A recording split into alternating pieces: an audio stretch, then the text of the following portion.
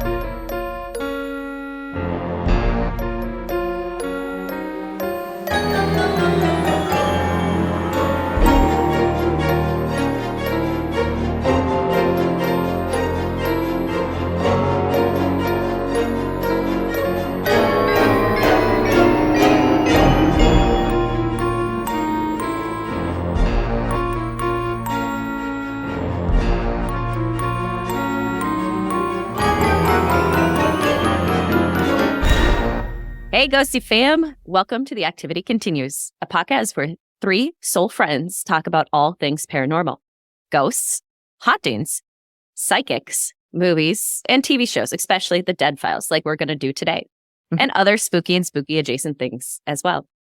We also like to interview people in the paranormal community, as well as past Dead File clients and other interesting people. Sometimes we even tell your stories. I'm Amy P., aka P., and please say hello to Amy, who is going to tell you what we're doing this week. Thanks for joining us again. Hello. Today, we're going to be talking about the Dead Files episode called Lust to Kill. It's from season 8. It's episode 10, and it originally aired on August 26, 2017. And I chose this one, and I did so because it seemed like we hadn't done a lot of season 8 as I was looking through our list, and I was like, okay, we should do one from season 8. Mhm. So I started reading the synopses of these, and this one stood out to me because it had a double homicide, but it actually had so much more. Yeah. There's a lot on this one. There's a lot to unpack here. So that's why I chose this one. I want to note that today it's just the two Amy's. Megan had a scheduling conflict, so she will be back next week. And she's out having fun, doing something fun. And we're doing something fun too, just different thing. The content warning is that there is child death and In possibly history. Yep. Possibly murder, and a serial killer / family killer, family annihilator. Do we call that? Yeah, I think she could classify, sort of. Yeah. Household annihilator? She killed everybody that lived with her. Well, we'll get there. But Yeah. anyway, that and probably some swearing, mostly because I will be in my notes. I quoted Amy Allen because she was hilarious in this one. Oh, she was on my point. God. She was so good on this one. Yeah, by the way, And- this was a fun episode to watch. I know. Oh my God. Yeah, I wrote down a few of my mom's comments into Good. my additional notes section. Good. I didn't get anybody to watch it with me, except for, Yeah. Gracie. She didn't say much. She probably formed her own opinions, but I'm sure she did. She just doesn't want to tell me. exactly. So that's that. Should we jump in? I think we should. So you have the overview that you would like to read? I don't On have this the one? overview on this one. Oh, okay. I did on Oh, the you next did on one. the one we're doing next. Okay. And yeah, We had a little confusion where when I put Mercury's in the microwave, okay? Yeah. I told Greg today when we were on our way to dinner, I said, so you know why things have been really weird lately? And he's like, no, why? I said, because Mercury's in retrograde. And he goes, oh, sure. That's it. Mm-hmm. I'm like, yep, it is. And he goes, no, it isn't. And I go, yeah, it is. And he goes, no, it isn't. Yeah, it is. No, it isn't. Yeah, it is. And I'm like, okay, we could do this all night, but that's not going to be very much fun. Yep. It started December 13th. Yeah. And it goes through, I think, January 1st or 2nd. And we're recording before the new year here. So Happy New Year, everybody. Yeah. Happy New Year. Because we forgot about all that. That's right. I think this one, what did we decide? This one's coming out Late January? January 25th. Okay. January 25th. So hopefully the year started off well for all of you. Yes, hopefully. We're manifesting because we're looking into the future. Correct. Yep. Okay. So we did all that. Okay. All right. So I didn't write a synopsis either because I was thinking I didn't have to. So I'll just do you want to do a quick one or just make it up, or do you want me to do it, or yeah, I could go through quick and just you throw in if there's anything I miss. just on like on hit the quick. high notes and then we'll go back and Yep. dissect more. Okay, cool. All right. So this episode is season 8, episode 10. I don't have the date that it aired on. Probably. I do. Hang on. August 26, 2017. All right. So August 26, 2017, it takes place in the village of Victor, New York, because we see the sign come through. Mm-hmm. We have owners, Lisa and Brad, and their 6 children, who we don't get all the names of the kids. We just get one of the names of the kids. Mhm. And the history is a little like fuzzy, but it sounds like Lisa had been in this house her whole life, but moved in with her previous husband at some point in the past. We don't Mhm. exactly get a time frame of when. We just know previous ex-husband now. They lived there for about 1.5 years before things went south. So living there with the kids and Brad, her now husband, lots of things going on, smells, physical touching. They had a pagan high priestess come in, which will be important later on when we talk through things. Mhm. I wrote down it's not the dog, Steve, because he makes that point again. He did. And basically, we get that there's a lot of things going on that are uncomfortable for the people in the house. And later in the episode, we hear Lisa say she's concerned that somebody's going to die. Mhm. Steve has the historical investigation. He talks to an author, a genealogist, and a sheriff. Not a gynecologist. Not a gynecologist. Author talks about a man who, of course, married a spinster. Yes, another spinster. And there's a lot of stuff that goes on there, but he died, again, they said 1,700 feet away from his house, which is about a quarter mile. And there's a lot of death surrounding this woman. Lot. Then the genealogist tells us about another person who lived in the area, had a lot of death in their family. As Steve always uncovers, somebody has a lot of tragic death in their life, whether it just is the time period or what, it's always tragic. Yep. And then we talk with the sheriff, who gives us a story about a double homicide. That was, we have a little bit maybe trigger on some mental health issues that are talked about as well. True. Yep. Amy's investigation, she keeps talking about somebody that are Bonnie and Clyde like, very rowdy. All of the raging alcoholics, they feel that they were banished by something into the darkness, and they are ticked off at the people in the house, and so they're always partying. Which I guess if that's, do they get hangovers if they're partying in the afterlife? I don't know. That's a good question. I mean, I hope not. you're right. So those are a couple of the spirits. Amy sees a few others. One is a evil, mad widow who hates children and plays with their brains. Mm-hmm. And then another guy who is sitting there crying about, I didn't do it, I didn't kill her. So we have some interesting people coming through.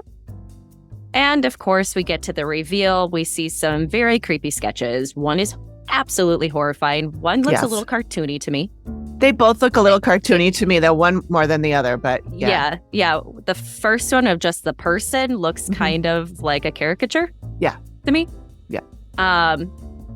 Amy is most concerned about the widow, who is somebody we'll talk about. And of course, she tells these people, you need to vacate immediately. Get the fuck out. Yes, you could come back here after you do the things I say you should, but you should just burn this fucker to the ground. Yep. So what do you think these people did? Well, I screamed, are you fucking kidding me? My mom was sitting there, who I love watching with my mom because she's very logic brained. If you think I'm logic brained, and she sits there and goes, They always do the opposite of whatever Amy says. If she tells them to leave, they stay. Like, Mom, I watched 2 yesterday that they actually followed what she said. Sometimes they follow, but yeah. At one point, the husband says, we'll stay and battle together. Yes. They're both military Yes. veterans. And so there's a couple of other things. There's also a part where Steve is talking to Lisa and she says, well, I in combat, you learn to stick around and fight for your thing or whatever. Leave no man behind. Yes. And leave no man behind. And Steve said, well, this is a little different than the battlefield. And she goes, it's a different battlefield. Yes. Yeah. So where do you want to start? Because can I just say that when Steve's interviewing them at the beginning, I feel like it's pulling teeth to get any detail out of, especially Lisa. Interesting. And I don't know if that's her background or if that's just she's not a person who gives a lot in embellishment into stories or anything like that. But it just felt like she's like, yeah, sometimes we smell things. Yeah. Sometimes we hear things. And then as it went on, she started explaining a little bit more, like, we smell tobacco in certain parts of the house. We smell cologne in other parts of the house. We hear voices. I have sickness, heart racing and that sort of stuff. She just didn't feel very forthcoming on details, very closed-lipped, it seemed. And maybe that's part of my brain went to, is that military aspect? Yeah, it could be. It was interesting. There were 6 kids. We don't get the kids' names except for Courtney, the oldest daughter. Mm-hmm. And then they mentioned some of the other kids' names later. Like at the reveal, Steve goes, "Oh, that's so and so and so and so's room." But I don't know which kids those are. I think those were the 2 littler ones that we heard. Those 2 cuties, very much so. And the one was like, "Yeah, scariest thing is the door slammed and I didn't see anybody there." Mm-hmm. But then the other one says, I saw a child walking up the stairs. Yeah. And Steve's like, well, was it your age or your brother's age? And he goes, no, he was like this big. It's, a toddler. A toddler. He goes, yeah, a toddler. Yeah. A little toddler baby child walking around like that. Yeah. Oh. And that was one of those that it was like, okay, that's not Steve having a leading question. He had a leading question with Courtney, with the daughter. Are you afraid for your siblings or something like that? It was like, well, yeah, I'm afraid for my siblings. Yeah. Duh. Why do you think you're here? But now I wonder if that toddler is tied to, William Dreyer, who was kind of the jack of all trades, the one that the genealogist talked about. Genealogist Barbara French talked about this William Dreyer. She listed off a bajillion things that he did. Oh, yeah. I wrote them all down. He was like a carpenter and a mayor. And he was searching through old records. Okay. Barbara French. Yeah. He was a miller. He ran a hotel. He was a master carpenter and the postmaster of Victor. Yes. I just put down jack of all trades. Yeah. But he lived in the area on the property. And then his 1-year-old daughter died, or approximately 1-year-old daughter. So I wonder if the child's potentially could be that toddler. Yep. Yeah. But his first wife died of tuberculosis. She was only 22 or 23. Yeah. So my mom goes, so that means he married her at 15. Oh, I didn't do the math. I didn't either. I didn't pay attention to when they got married in 1830, which he would have been 20. Yep. And again, time range. I just hit my mic. Sorry about that, Amy. You'll have fun with that later. But yeah, I wonder if there was something with that. We didn't hear about them later on in the reveal. Right. Yeah. And then, well, that one that I think, remember when Amy said she saw a child or a kid? I can't remember how she said it. I think she said kid. When Amy was walking through and she saw a kid on a table and they were doing surgery. Yeah. I'm thinking that might be the 16-year-old daughter. That's what I was thinking too. So yeah, William Dreyer got married after his first wife died. Yeah. And he and that wife, I didn't catch her name, they had Phoebe. 2 kids, and his daughter died at 16. Yeah. And so we didn't get there was no records. And of course, women in history, Nobody cared what they died nobody from. cared. But he didn't die till he was in his 80s. Yeah. So, yeah. So I was thinking that was probably her. They didn't talk about it in the reveal, but I kind of put that, made that connection. I didn't think it was the toddler because she said a kid, and she would have said a baby if it was that. Yeah. little I 1-year-old. You're right. I felt the same way when she was going through, like, I see her on the table, like they're like surgery, they're doing an operation or something, but she still died. Yep. Yeah. Or the kid still died. I don't think she said she or not. But I think she did. I think she did say she. But both of those. I watched this like 3 hours ago, guys. Yeah, I watched it like an hour before that. We weren't necessarily planning on recording this one tonight. We were just going to meet and chit chat and stuff. And then we're like, hey, if we let's just do it. Let's just do it. We all watched it. Let's just do it. And then, we hadn't all watched it. I thought Amy had watched it. Megan had watched it. I had watched it. Turns out, didn't matter if Megan watched it or not. She's not here. But so Amy was a trooper and watched it real fast. I watched a different one, thinking I was preparing for this one yesterday. So I got that one. Reading my notes and going, that doesn't sound like this one at all. So, it's fine. We'll do that one another time so that it's not. Well, and it's another one from season 8. So yes, it's the next one. Yep. It's also episode 11. The kill in the title. Yes. Yeah. What was it? Influence to kill. Influence to kill. Yeah. So if you want to watch that one for an upcoming discussion. Yeah, that'll be in the next just be week ready. or 2. Yeah. 2 or 3 weeks, actually. Yep.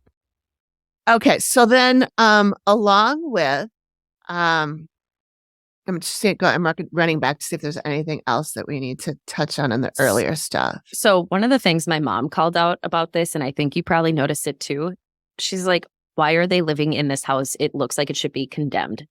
I noticed there was a wall that had like no wall on it.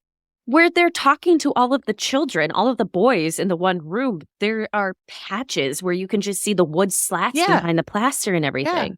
Like, and I mean, okay, we all know like older houses and that sort of stuff. So that's also where it goes to, okay, we've joked about this before, and Amy will tell people like, you need to leave, or Cindy's like, I'm not sure if you should stay.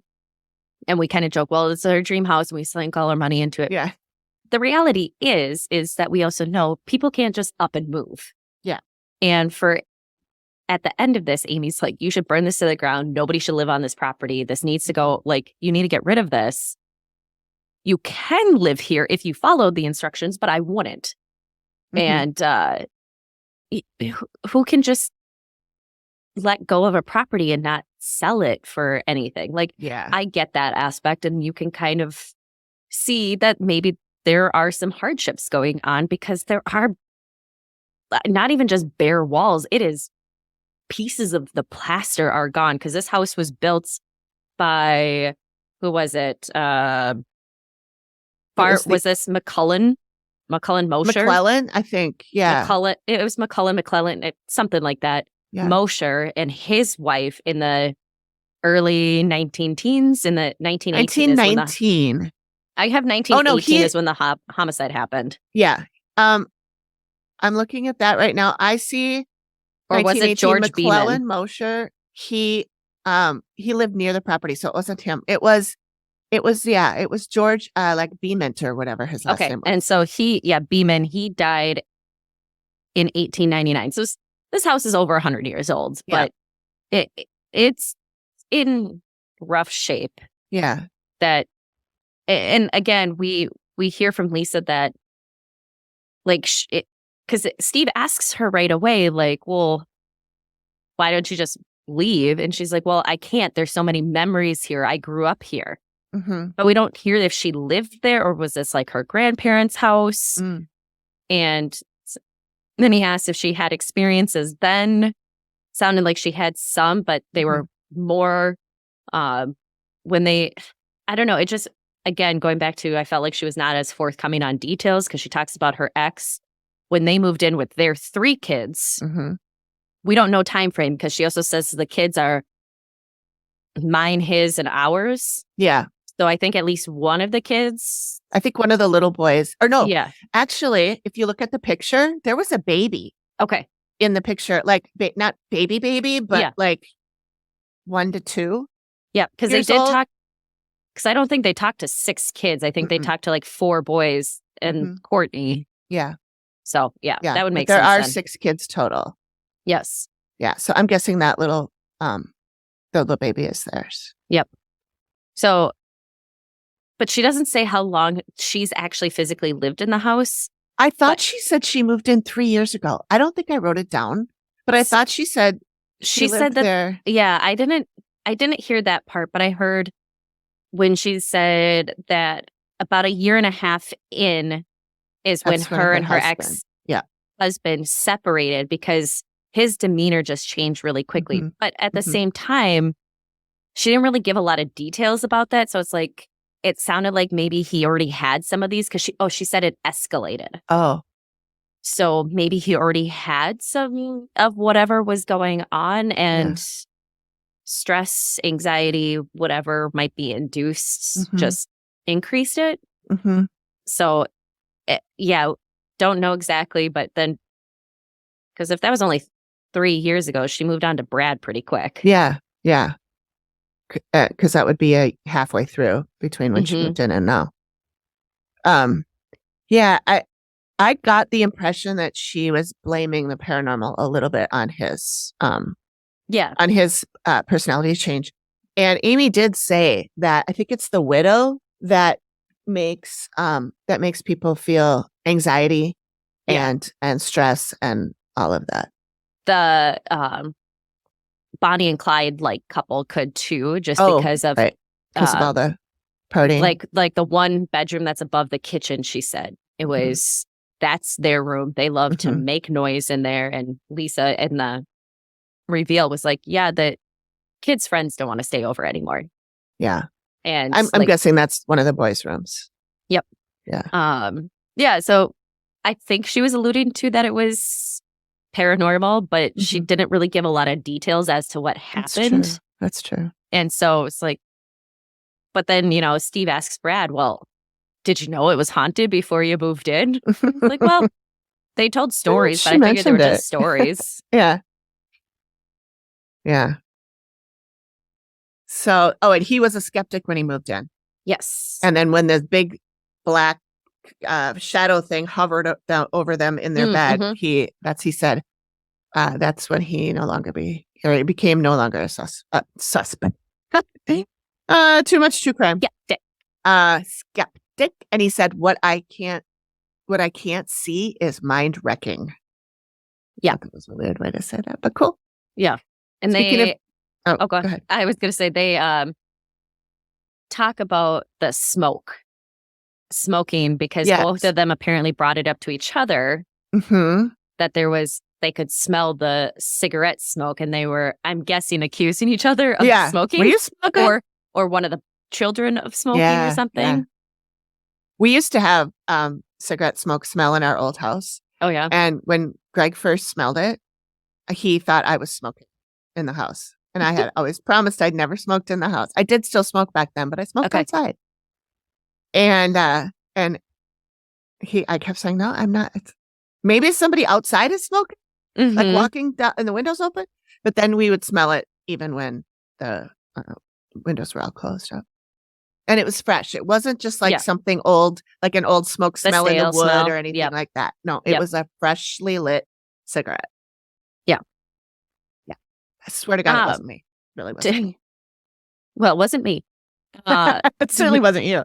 Do we know exactly when she brought it? She said the pagan high priestess, and then at the end in the reveal, she said something about a coven high priestess. Yeah, which is probably the same thing, but it just sounded. It is, but I noticed that the wording was different. The wording was different, and I don't want to lump things together because those are areas I don't know.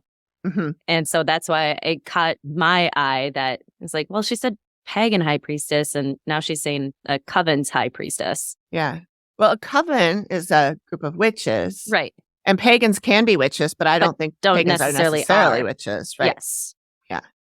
So, Who knows? But- This one must have been a witch if they were from. well, she came in to do a cleansing, is what Lisa had said. But obviously, what we hear later on and what we hear from Amy is that it was a banishment. And Lisa confirms in the reveal, yeah, there was a lot of get out of Get here. out. This isn't your Mhm. space. Get out. Where Yep. I feel like Amy usually has, like, she's like, some ghosts or some spirits you do that to. In other cases, you have to be kind of like, hey, this isn't your space. It's time to go. Yeah. So a little bit different tone and different way. And they felt like they were banished to the darkness. So they were partying all night to piss off the living. Yeah. The Bonnie and Clyde couple. Who we Yeah, they never don't want- really find out who they might be. No, Steve doesn't find any connection Mm-mm. to something in history that could be them. Mm-mm. Yeah, I don't know who that could have been. Maybe the first husband brought them in with himself or something. Yeah, well, she said it. Amy said that she got like 1920s, 1930s, kind of like Mhm. that height of, Prohibition. gangster, yeah, prohibition and gangster times, and Mhm. which is when Bonnie and Clyde were Yeah. around as well. And this isn't Bonnie and Clyde. She just kept calling them. Yeah. She the said they Bonnie like couple. Bonnie and Clyde, like they want to be like them, Mm-hmm. or they admire them. Mm-hmm. Yeah. She said they get wasted and bang into the walls. And I'm like, why don't they go through the walls? How does a ghost bang into a wall? Have you been watching School Spirits? They don't bang into walls That's right. or bang We through have walls. to talk about that. Yes, we do. We did that I'm right only now. halfway through the season. Okay. I've finished it, and holy fuck. Yeah. Oh my God. And I was reading reviews on the Facebook Streamerinos group, and they were like, I did not see that end coming. I did not see that end coming. And I'm like, I will. I'm sure I will. I always know. I always see the end coming. I did not. I can say people I feel sketchy about right now Okay. because the way that they're leading you down a path, Mm-hmm. they're trying to make it so that there's like 3 main suspects. Well, every episode, I think, has a suspect. Yes. And then in the next episode, Which is kind of like how another one. Broadchurch was to me. I don't know if you ever watched Broadchurch. yeah, I did. I like Broadchurch. Yeah. That first season especially was always you were fully convinced at the end of that episode that that person was the murderer. Yeah. And then you go back and you're like, there's a breadcrumb. Yeah. There's a breadcrumb. Yeah. Yeah. I love this show. I told Greg about it. I might see if I can get him to watch it because I'd like to see it again now that I've seen the end. I don't like one of the ghosts. He kind of, Okay. He kind of feels like he keeps sticking his nose in where it doesn't belong. Oh, okay. The adults one. Right. So for those of you who aren't watching, this show's called School Spirits. It's on Netflix, right? Yes, but it's a Paramount show. Right. So it was on Paramount. Plus. Yep. So it was on Paramount Plus because I remember seeing it in the summer and being like, I should watch that. And then Now forgot. it's on Netflix. Yeah. Yep. And it did get renewed for season 2. Yes. But anyway, it's about a young girl, high school and aged, and she dies. She goes missing, and she is still at the school as a ghost, I guess, and she is trying to solve her disappearance. She Assumed thinks murder because she's a she ghost. thinks she's been murdered. Yeah. Yep.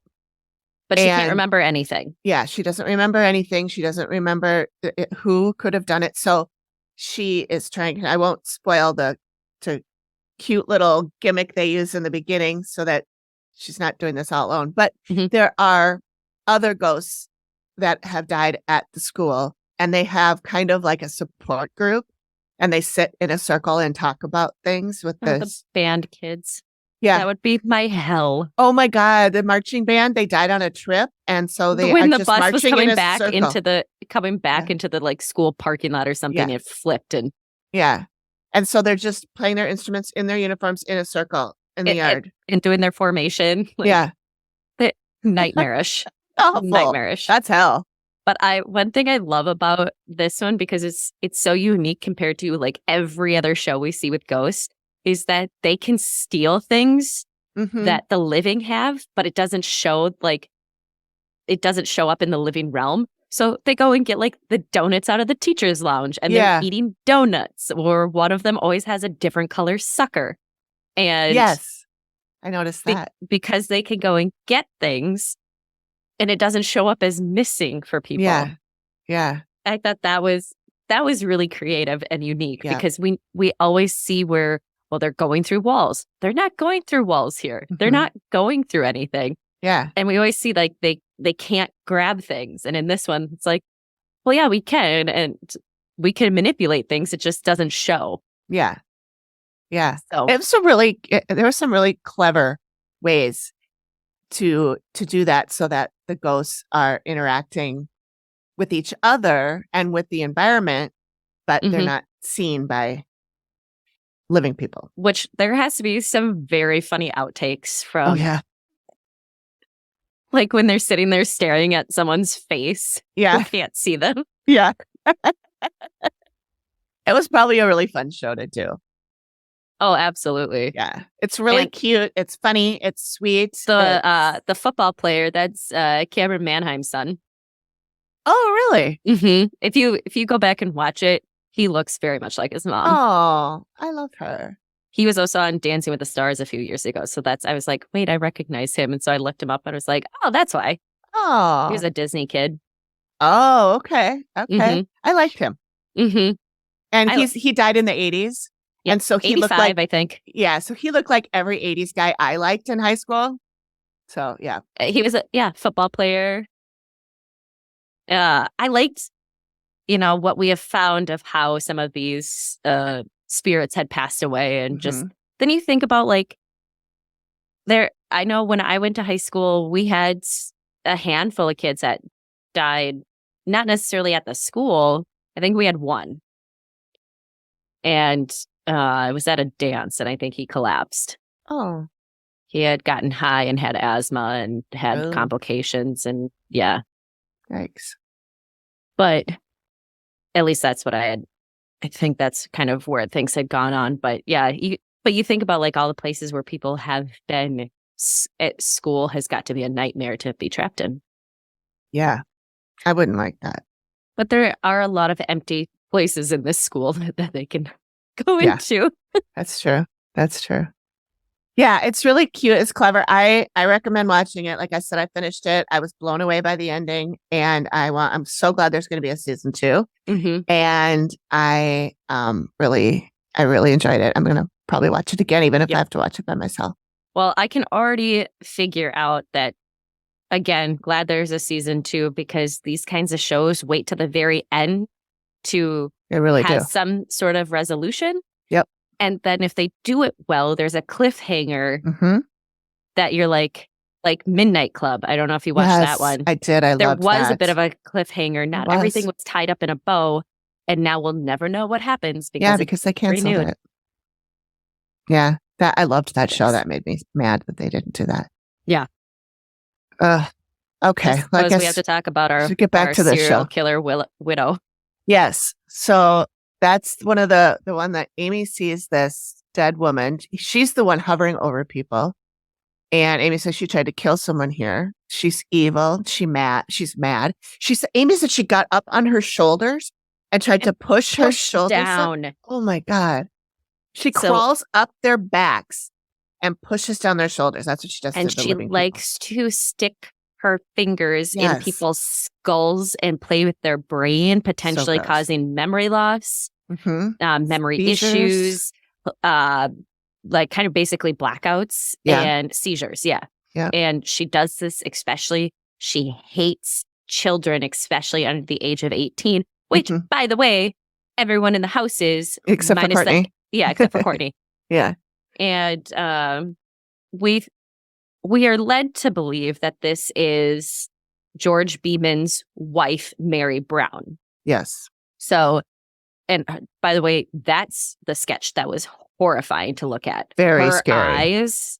Very scary. Oh. So George Beeman married a spinster, Mary Of course Brown. he So did. she was probably like 25. Yeah. The ripe old age of. Yeah. But I'm trying to figure out, how did she manipulate him to do this? Because he supposedly potentially died by suicide by walking around gates and walking in front of a train Yeah. that was going 40 miles an hour Yeah. in 1899. Yep. He left his wife a very large sum of money. Yep. So I'm like, in my brain, I'm like, did she make him sick or hallucinate? Like, was he hallucinating? Maybe was something going on that they never would have checked for. Right. And well, I mean, they do think that she used poison. Yes. So it's possible she poisoned him, but she only gave him enough for his brain to be a little wacky. yes, yeah, Or maybe she was on that walk with him and she And- gave him a little yeah. shove. I actually joked about that with my mom. And well, Mary, so George train, let's see, I mentioned earlier, they said 1,700 feet away from your client's property. That's a quarter mile about. And yeah, he apparently went around the gates. Then as soon as, like, shortly after that, Mary moved in a bunch of her family, like her mom, dad, and was it a brother or a cousin and her or something? uncle. Okay, yeah. So she Mom, moved in. dad, brother, uncle. Yep, she moved in 4 people, and they all died in 9 years. Mm-hmm. And then she died in the house at 73 in 1923, Mm-hmm. which then she gave to her brother Avery Mm-hmm. and his family. And then 4 more people died. And Amy's like, yep, she killed them too. So Yeah. from beyond the grave, Yeah. she was still had something of it. Because obviously she hasn't done that since, it seems like. No, I don't think so. But, well, who knows before.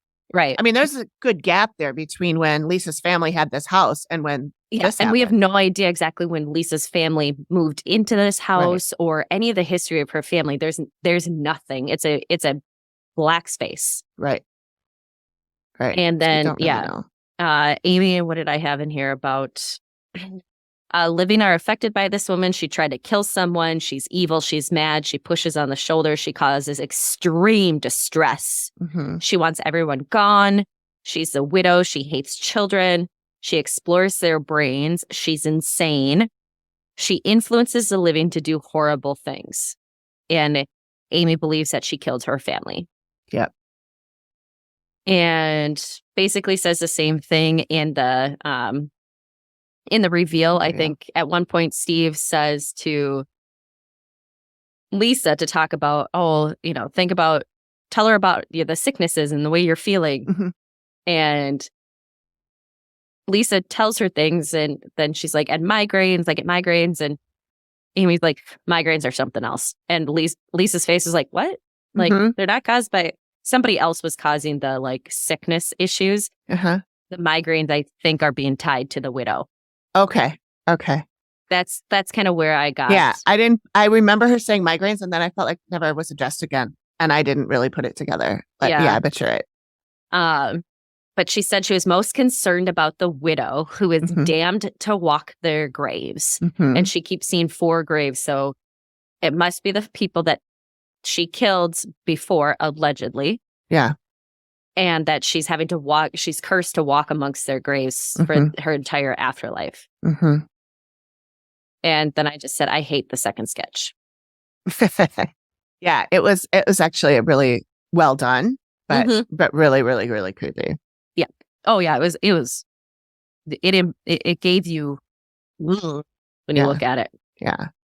When Amy and Steve, or when Steve is talking about Mary and the family, and Amy says she thinks that she poisoned her family, and then Steve says when her family started dropping dead as soon as they moved in, and Amy says, no fucking way. Yep. And I have here, she says, yep, this is Mary. She killed everyone, extremely advanced and dangerous. Mm-hmm. And Steve goes, she killed those last 4 people after she was dead? And she said, yep. Yep. Well, and this goes back to when they sat down and Steve kind of goes through it. He turns to Amy and is like, Lisa thinks someone will get killed if they can't get help, because he's always got to make it somewhat dramatic. So dramatic, yeah. And I really find this phrase that he uses quite often in the reveal. What you're talking about reminded me of. Yeah. You literally just did this research like within the last couple of days. Like, yeah. I don't know. Just there's something about the way that it's worded that I'm like, okay. Yeah. They do use the same things over and over again. Yes. Before we get too far away from this, on the creepy sketch, Amy says, left unchecked, she will kill everybody. And then very creepily, she says, everybody here is in danger. Everyone is in jeopardy. Yeah. Did you notice that in this reveal, and also Matt blew out a candle? Yes. And then in the reveal, they had a bunch of candles all around. Oh. I didn't notice the I know candles every at the end. once in a while they have them, but I don't recall seeing Matt going through and like blowing out candles. Yeah. Which I also pointed out, it must have been cold because his nose and his ears were red. Oh, well, it's upstate New York. Probably was, Yep. Let's see. When did this come out? August. So it's probably, it probably was later in the year, the year before. I also always love when Amy opens or when they show Amy opening. She never walks in and says, oh, this is a great place. Yeah. Look what a cute house this is. It's always like, in this one, she said there was a battle was had and the dead claimed this space. Mm-hmm. Okay. Yeah. And the very first thing she says is, oh, this is bad. Yeah. This is not good. The other sketch that we have in there, because we haven't really talked about the Mosher and Earl Austin, the farmer and his farmhand. The brutal double homicide. The brutal double homicide. I know. I'm sorry, guys. We've been all over the place tonight. That's okay. This is what happens. But it was in 1918, and Mosher and his wife and 15-year-old daughter Blanche lived in the house. They moved in, and it was in 1918. Earl Austin was their farmhand. Apparently, he and Mosher got into Moser. Can't remember if it was Moser. I think it's Mosher. I wrote Mosher. Okay. McClellan Mosher. McClellan. That they got into an argument and Earl killed him with an axe. Blanche and her cousin Wilma were, good God, is Wilma smart? Blanche and Wilma were out somewhere. They happened to come back in while Earl was still there.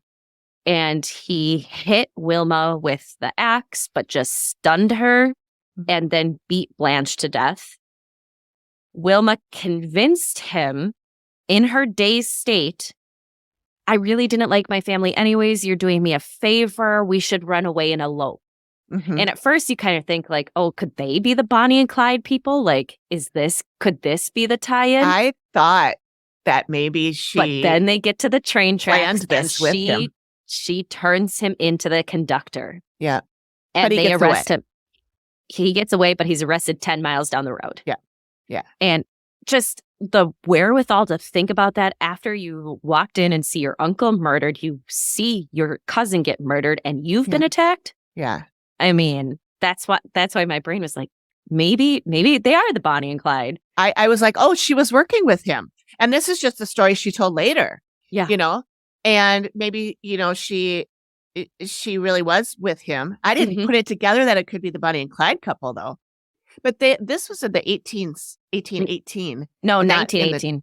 Oh, you're right. 1918. Yep. So it could be. Yeah, it could be. I don't think so because you don't think so? No, because she turns him in. Yeah, she just told the conductor who he was, but he still got away. But for 10 miles, it wasn't very long. And then he was convicted of first degree and murder, was sent to prison, but died in 1949 in a mental hospital. Yeah. Yeah. And Amy believes that this is the person who is wandering around with a dead girl at his feet saying, I didn't kill her. I didn't kill her. I didn't kill her. I didn't do it. Which then makes you think, multiple personality type thing. Like, is there something else that's going on? Something else took over or he killed her, but it was because Wilma told him to. Just saying. Could be. One will never know. Well, we'll never know. I'm tempted to look up this in newspapers.com and see if I could find more stories. You should. Because when the story comes up later, when the sheriff told Steve the story, he said he hit Wilma. Wilma was dazed, but ran off. Then he killed Blanche. Mm-hmm. Later when the story is told, it says he killed Blanche first and then went to get Wilma Okay. So I didn't catch that. Yeah, the story's not exactly the same in both times it was told. Interesting. It's fun when we watch these things and we pick up on some of the Yeah. inconsistencies or the changes. Well, and Steve also said he never confessed in the reveal. Steve said he never confessed, but he pled insanity. Yes. And in the story, when the sheriff is telling it, he says he confessed. Yep. So interesting. Which one is it? Yep. And I put in another comment from my mom, just going back to Lisa and the house she goes, she's really confusing. Didn't she say she grew up in the house, but all this happened since they moved in? I think she grew up in the house, went to school or whatever. I think it might have been like her grandparents' house. It could have been. Very well. I don't get the feeling that she lived there the whole time, but has a lot of memories that are associated with it. But again, we know nothing. But I wrote down the quote of what Amy said. Did you happen to write that down? Or when she's like, for the end when she's telling them their advice? Let me scroll to that part. Oh, yes. Well, I wrote down part of it. I didn't write down all. You go ahead. The first part of it is, I want to be clear. You need to vacate this house as soon as possible and have someone waiting for you to remove the attachments. Like, she is like, you need to get the fuck out of this house. Like, what time is it? When can you get out of here? Yesterday. And you need to have somebody cut these ties from you from the widow immediately. You need an exorcism. Basically, everybody needs an exorcism, and they need an exorcism of the house for the widow. And then she's like, and then you need to come back here and need to help move everybody else on. Because basically, you fucked up the first time when you tried to have them banished instead of moved on. Right. But I wrote down when she said that you need to get an exorcist or an exorcism, at least they show Lisa and Brad both kind of like shaking their heads. Yeah. And then Steve says, well, if they do all that, can they move back in? And Amy goes, I'd burn that fucker to the ground. Yep. I wouldn't live here. I wouldn't sell it to anybody. There shouldn't even be a house here. It should be gone. Yeah. She said, don't even let anyone else live here. This property is bad. And then, of course, we hear staying isn't an option for us. And I'm in for moving. The memories are there and you can take them with you. That was Brad. Yep. And staying isn't an option. I think that was Lisa that said that. And then Brad says, we'll stay and battle together.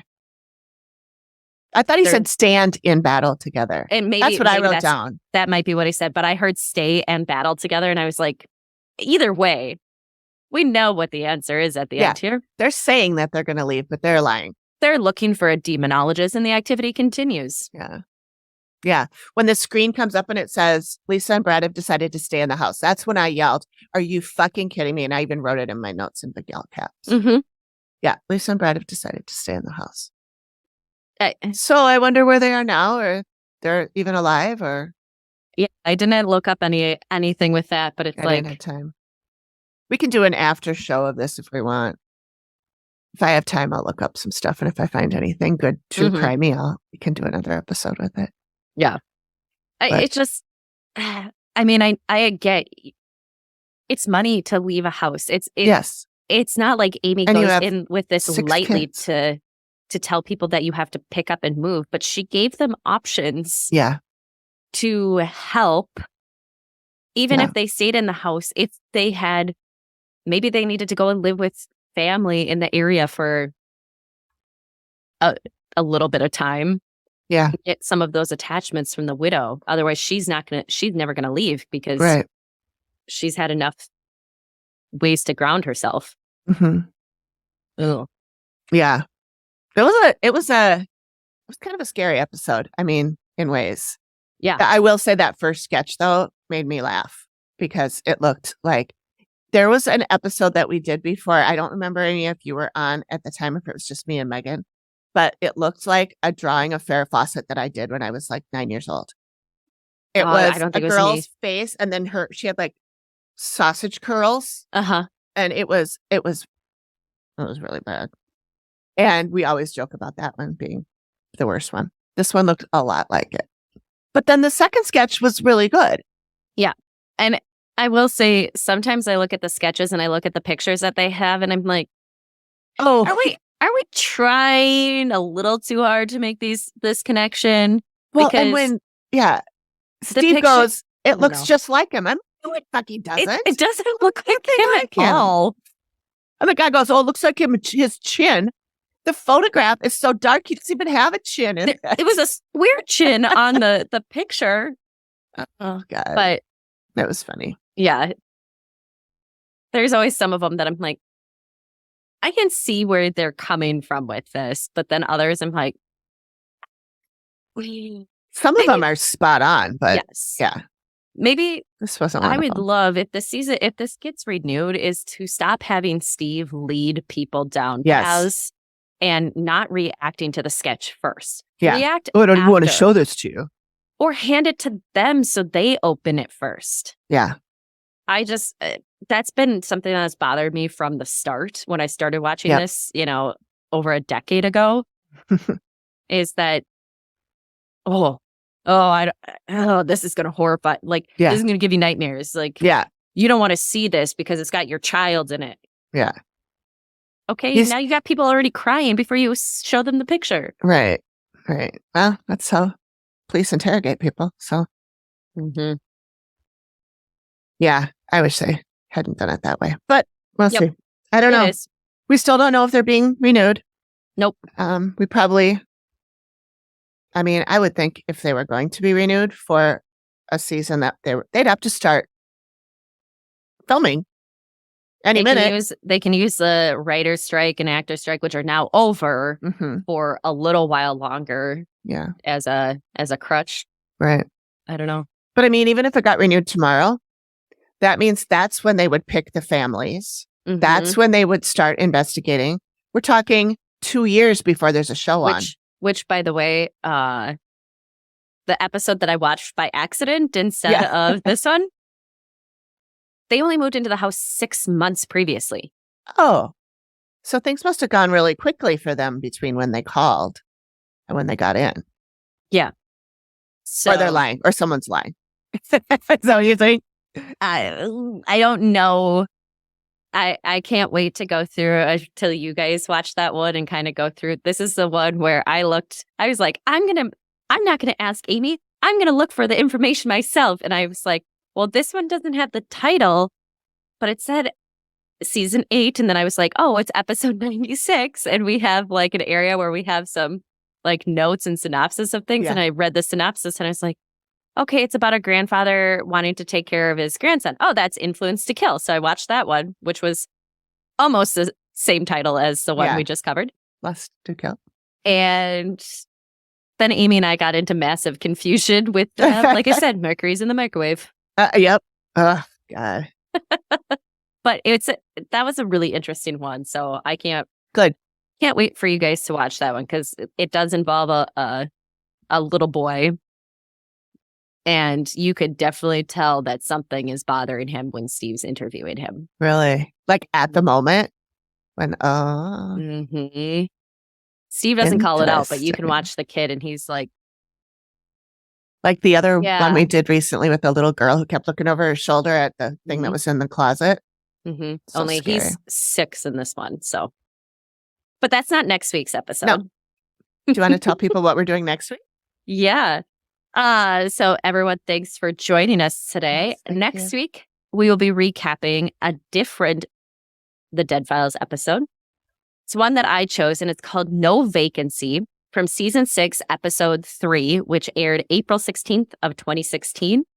And truthfully, I chose this one by I like to find the ones that are like the hotels or the library or the museum or some of those things. And I'm so glad I chose this one, because there's actually a lot of history to it's at a place called the Holbrook Hotel. Okay. And there's a lot of history in the area. The owner is interesting. Cool. The people who worked there, you're like, yeah, I can understand this. And I feel like it's been on one of our other fun favorite shows. Great. Mhm. Do you know what part of the world it is? What? California. Okay. It is in Grass Valley, California, which was the heart of the gold rush in the 1850s and 60s. And I will just say they call this hotel the heart of the city. If you want to play a drinking game, every time they call it the heart of the city or so important to the town, drink. Because it's about a half dozen times at least. Wow.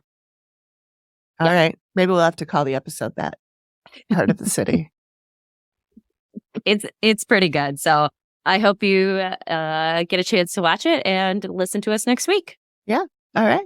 Thanks, everybody. Thanks, everyone. Bye. Bye.